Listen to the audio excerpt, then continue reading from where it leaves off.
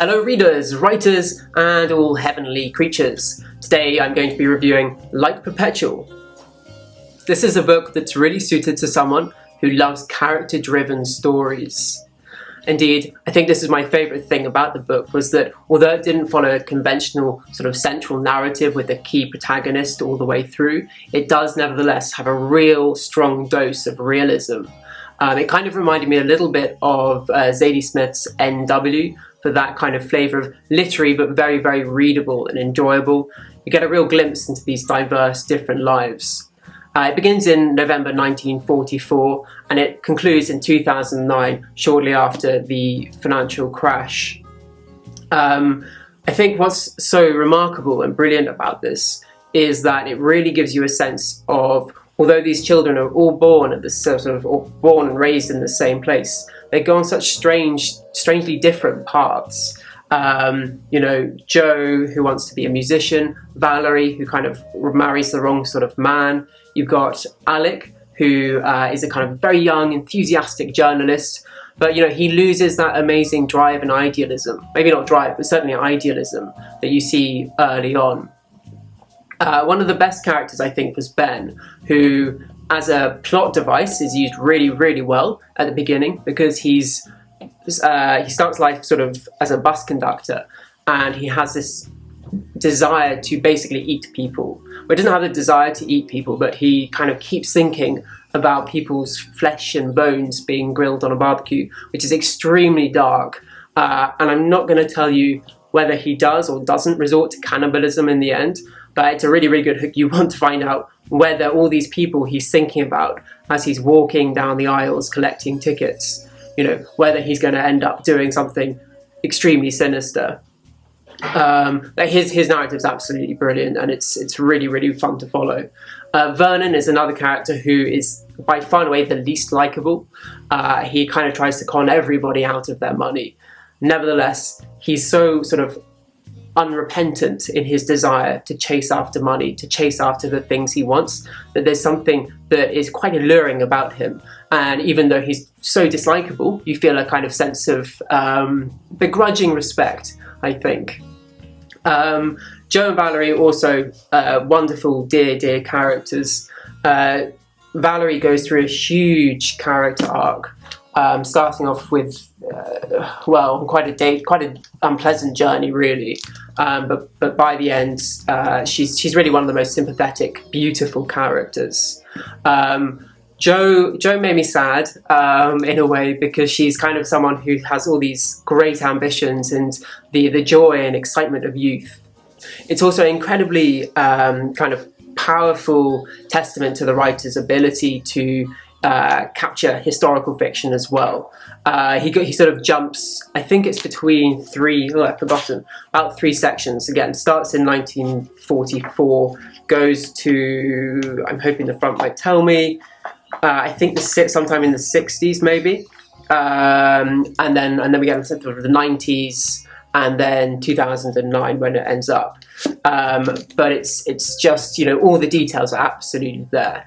And I just thought it was a remarkable read. I'd absolutely give it 5 stars. I don't normally get very emotional. I don't get particularly emotional when it comes to reading and watching stuff, but I think that ability to chart that movement away from kind of youthful idealism and excitement to a kind of more, not depressed, but just realistic view of life is quite heart-wrenching.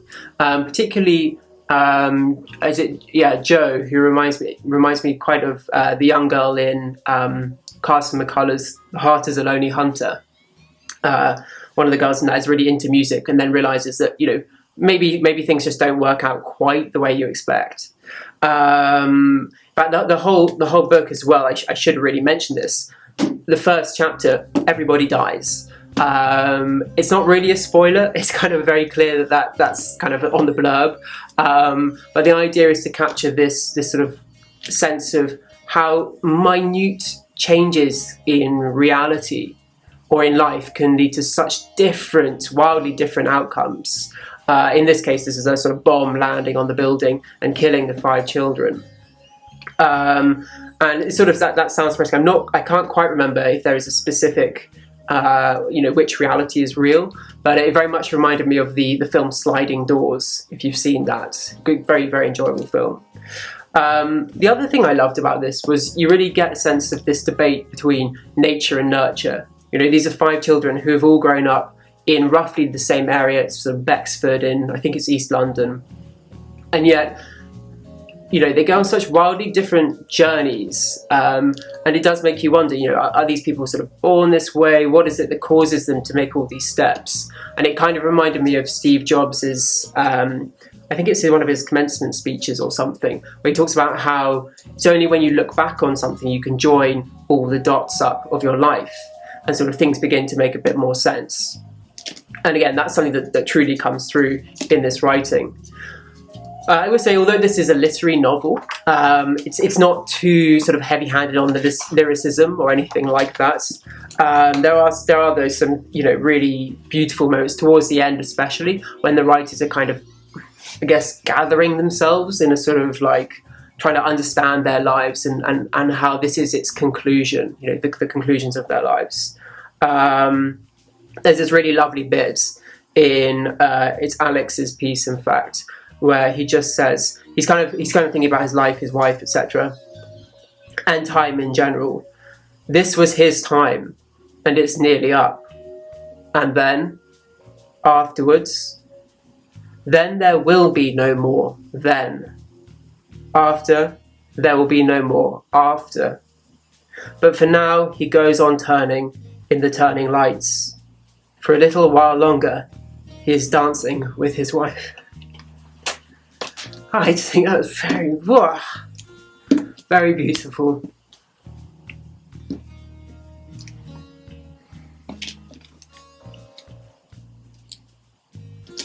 Okay, that was me just having a little third life crisis. Has a really, really beautiful book. I have gone and purchased his first book. I mean, he's mainly a non-fiction writer. He's written a lot of non-fiction books, this guy. But his first novel was called Golden Hill, and it won the Costa First Novel Award, the RSL Ondaatje Prize, Desmond Elliott Prize, and we were shortlisted for the Walter Scott Prize for Historical Fiction. Oh, bloody hell. The Rathbones Folio Prize and the Authors Club Best Novel Award and the Best British Book Awards Debut Novel of the Year. Okay, that kind of gives you an inkling of his ability, basically. And I've just gone and bought that book on the recommendation of this book, not on all the awards. Anyway, there we have it. My review of Light Perpetual by Francis Spufford. I'm going to leave a link in the description below. You can go to bookshop.org, which supports local independent bookshops. I'm not adding any kind of affiliate links or anything like that because I don't know how to, and I don't care that much, really. And no one's watching this anyway. I'm going to cut that out. Thank you so much for watching. If you do end up buying the book and reading it, please leave me some comments below. I'd love to hear your thoughts on it, as well as any other recommendations or books that you think are similar in any way. Well, that's it from me. I'm looking forward to seeing you again shortly. Have a good day. Lots of love. Bye-bye.